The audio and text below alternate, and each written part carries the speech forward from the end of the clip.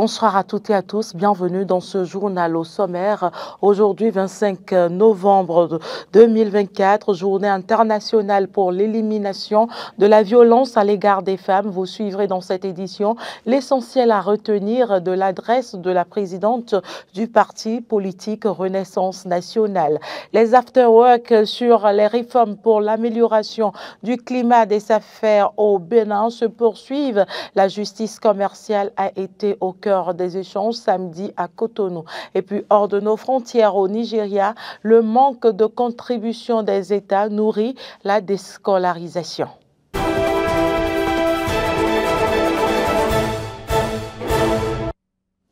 Merci de votre fidélité.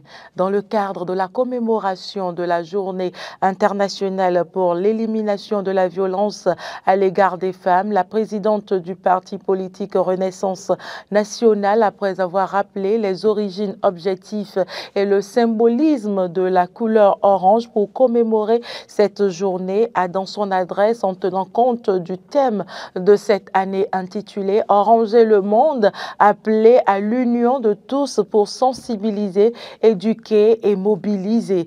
Claudine Afiavi-Prudencio a rappelé que le combat contre la violence à l'égard des femmes est l'affaire de tous, à savoir famille, institutions, société civile, décideurs et communautés. Je cite, « Ensemble, faisons de ce 25 novembre une date où chaque femme, chaque fille se sent écoutée, protégée et valorisée.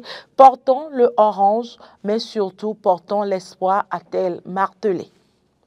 Le chapitre 6 des afterwork sur les réformes pour l'amélioration du climat des affaires au Bénin s'est intéressé à la justice commerciale. C'était ce samedi à Cotonou. Dans le cadre de la modernisation de la justice commerciale au Bénin, plusieurs initiatives ont été mises en œuvre. Différents services sont digitalisés pour le règlement des litiges commerciaux. Il s'agit entre autres de la saisine de la juridiction et du paiement des frais d'enrôlement. Au nombre des réformes, il y a également la publication des rôles et des décisions avec un effort continu de célérité. La question de la procédure de recouvrement des petites créances constitue une initiative majeure.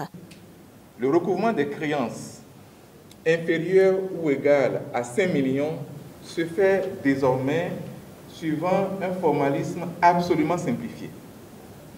Nous avons une procédure qui est ouverte à toute personne physique ou morale.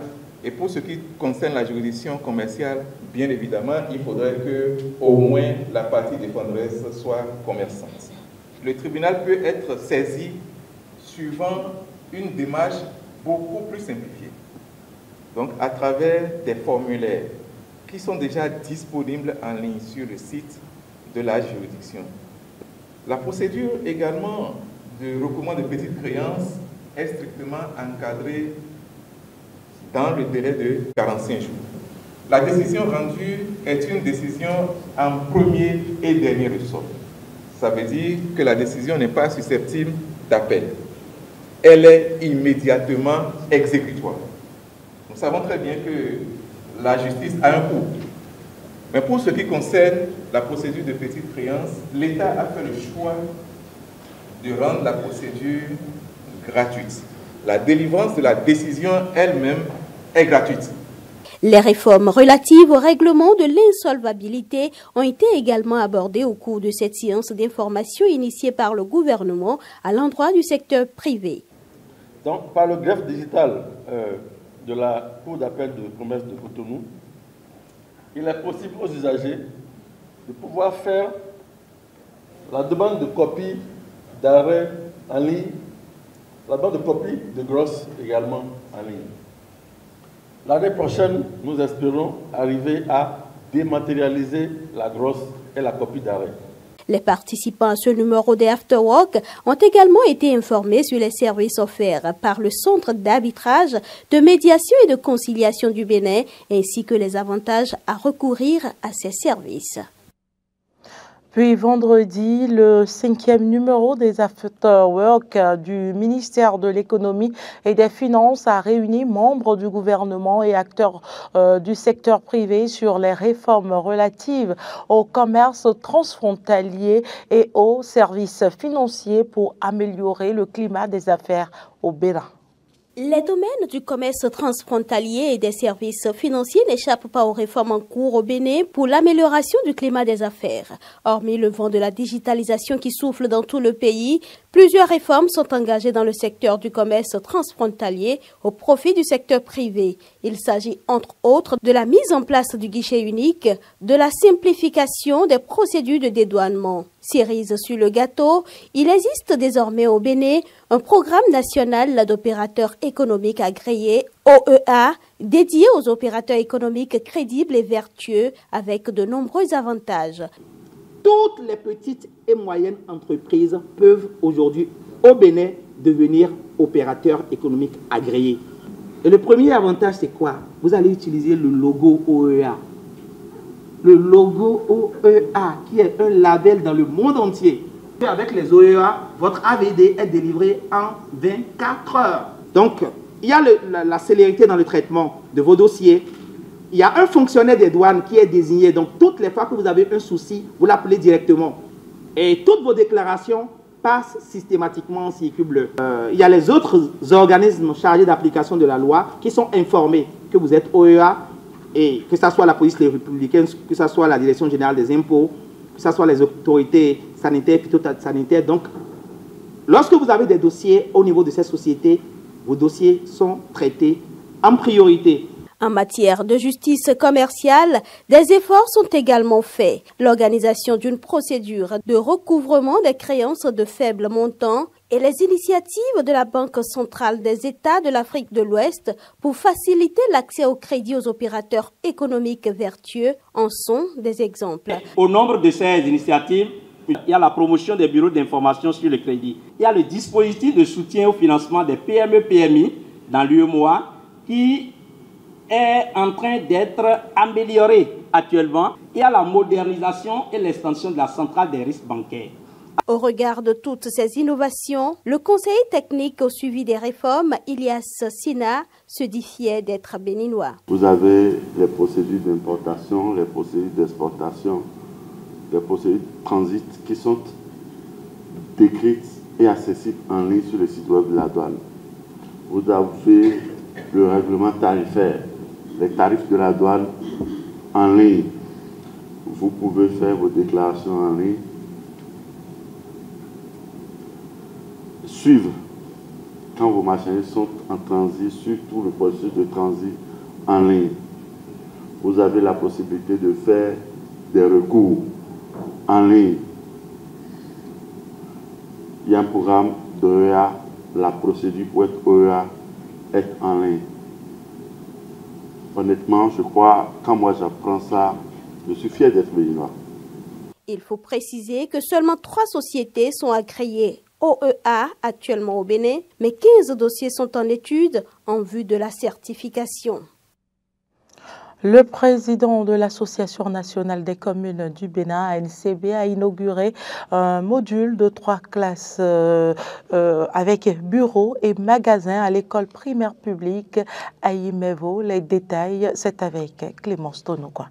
C'est un ouf de soulagement pour les écoliers et enseignants de l'école primaire publique d'Aimevo qui voient à travers l'inauguration de ce module de 3 classes avec bureaux et magasins leurs conditions de travail s'améliorer. Les abris de fortune en matériaux précaires qui faisaient office de salle de classe ont cédé place à un bâtiment flambant neuf en matériaux définitifs. Fier de cette réalisation, le maire de la commune d'Abomey-Calavi salue le dynamisme du président de l'Association nationale des communes du Bénin, ANCB. Le maire Luc Atropo, en tant que président de l'ANCB, s'est battu pour qu'aujourd'hui nous ayons ce joyau. L'occasion pour nous, au nom de toute la commune d'Abomey-Calavi, de dire un sincère merci au président de l'ANCB à cause de son leadership, de son dynamisme.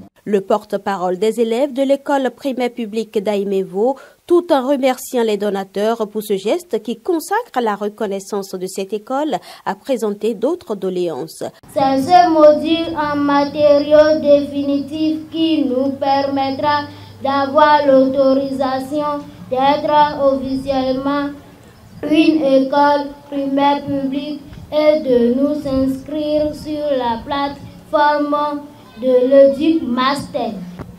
Sans cette inscription, l'école ne pourra présenter aucun candidat aux examens.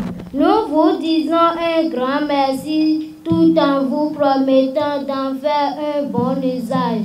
Chers donateurs, nous espérons vous revoir très prochainement pour la clôture de l'école et d'autres modules. Le consulat du Bénin à Naples en Italie, partenaire de la fêtière des communes, grâce à qui le bâtiment a été construit, était représenté à l'inauguration par une équipe conduite par le consul. Giuseppe Gambardella appelle à une synergie d'action pour l'entretien du bâtiment.